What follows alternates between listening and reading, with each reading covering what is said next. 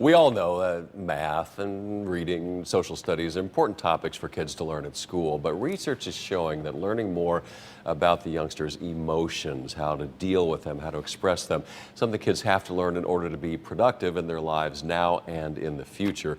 As I said, a lot of studies have shown the importance of social emotional learning, and there are ways that kids and parents can push this process along. Joining me now, Dr. Paula Gill-Lopez, an associate professor at Fairfield University, and Kim, is it Kuta?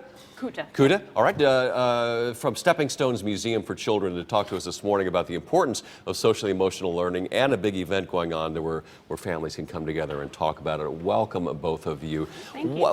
What's going on out there in the research in your field to bring this socially emotional aspect to the fore like it has been? I think there are a number of things that have been going on. So first of all, social emotional learning skills are under the umbrella of emotional intelligence, and that's a construct that was popularized by Dan Goleman in the mid-90s. Yep. By his book Emotional Intelligence. EQ. So EQ, exactly, and EQ has been shown to be more predictive of success in life than IQ, actually. What are the aspects of EQ? What are we talking about? The social emotional learning skills have been divided into 5 categories by CASEL, which is the Cooperative for Academic and Social Emotional Learning. Mm-hmm. And the first one is self-awareness. So the ability to recognize one's emotions and values, and also strengths, so that someone can develop confidence by highlighting those strengths and working with those strengths. The second area is self-management, the ability to regulate emotions and be able to set goals and really be able to have a handle on how to respond in different situations productively.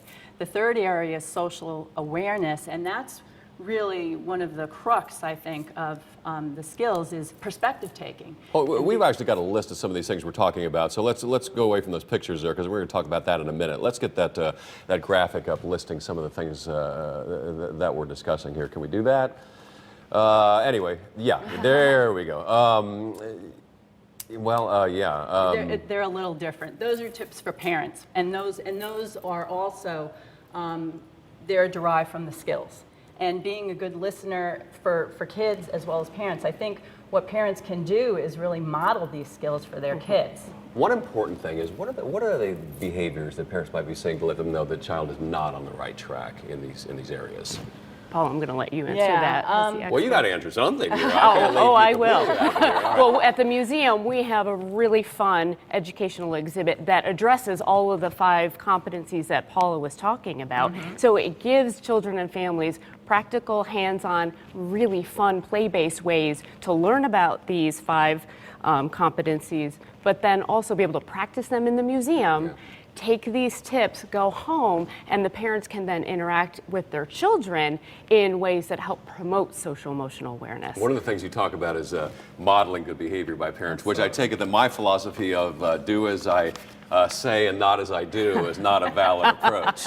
Not so much. No, not so much. Not so much, because modeling is such what kids see. Social learning is what kids see, and what kids see is what kids do. Mm-hmm. They don't do so much with listening, but what they see is very powerful. So as an adult, if you are angry a lot of the time, then kids tend to be angry, and that's okay. But if you're angry, that's okay. It's an emotion that is natural and really involuntary, but it's what you do then, how you channel that and make it a positive, productive outlet. All right, we're just sort of touching the surface here of what you can learn about this, and there's a big fun event going on. Absolutely. Tell us about that. At Stepping Stones Museum for Children, next Saturday, the 14th, we have our annual Boozoo's Canine Carnival. So this is a super fun, canine-friendly event where children and families can bring their pets, enjoy canine contests. We have obstacle courses. We have pooch parade and a doggy watch. We have some fun treats for dogs and for humans. We have some social emotional speakers. Yeah, that's what it's fun stuff going on at the event with the dogs, and you can get people in the house and then kind of open their minds to the other message that you want to send. Absolutely. All right, well, good luck with everything. It's such an important thing. I have a 12-year-old twin, so I know all too well. So we'll see you next Saturday, yeah, right, Tim? You'll see me, and maybe even in personal appointments as well. Excellent. Thank you, ladies.